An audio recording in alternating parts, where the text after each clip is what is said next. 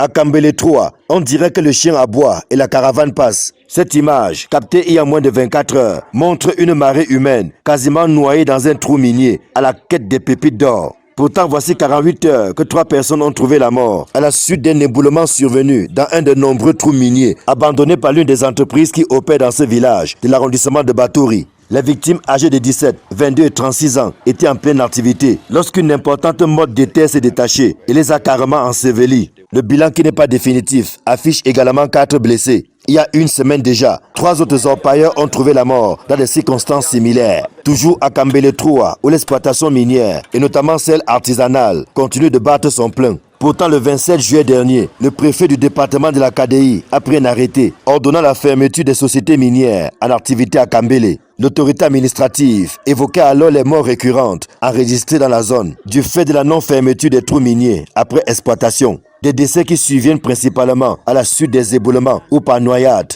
Dans son arrêté, Yacouba Djadaï faisait également allusion à la menace qui pèse sur une partie de la nationale numéro 10 du fait de l'obstruction du lit du cours d'eau par des coulées de boue en provenance justement des zones d'exploitation. Sauf que l'arrêté préfectoral n'a été suivi d'aucun effet puisque dès le lendemain de sa signature, les sites interdits d'accès ont été pris d'assaut par les populations qui, à leur risque et péril, ont décidé de fouler au pied la mesure préfectorale. Si celles-ci ne peuvent se prévaloir de leur propre turpitude, il y a également que les pouvoirs publics ont une grande responsabilité dans ce qui est arrivé. Dès lors que sur le terrain, aucune mesure concrète n'a été prise pour éloigner les artisans miniers des zones interdites. De même, les entreprises sommées par le préfet de fermer leurs portes jusqu'à nouvel ordre se comportent comme des intouchables et poursuivent sereinement leurs activités dangereuses. Leurs engins continuant à multiplier les trous de la mort. Selon les données récentes compilées par des ONG qui s'intéressent à l'exploitation minière, ce sont plus de 200 personnes qui ont trouvé la mort ces 8 dernières années, dans environ 130 accidents graves survenus dans différents sites d'exploitation artisanale de l'or dans les régions de l'Est et de l'Adamawa.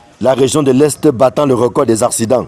Plus de 700 trous, dont 139 lacs artificiels, ont été répertoriés dans la seule localité de Kambele 3, où la mort rôde au quotidien. Au lourd bilan humain s'ajoute également un désastre environnemental, puisque plusieurs cours d'eau et rivières ont disparu ou ne sont plus à la portée des populations riveraines des zones d'exploitation minière. Les décès de trop enregistrés ce week-end vont-ils amener les pouvoirs publics à procéder autrement afin de stopper l'hémorragie à Kambele et dans les autres sites miniers? Just wait and see.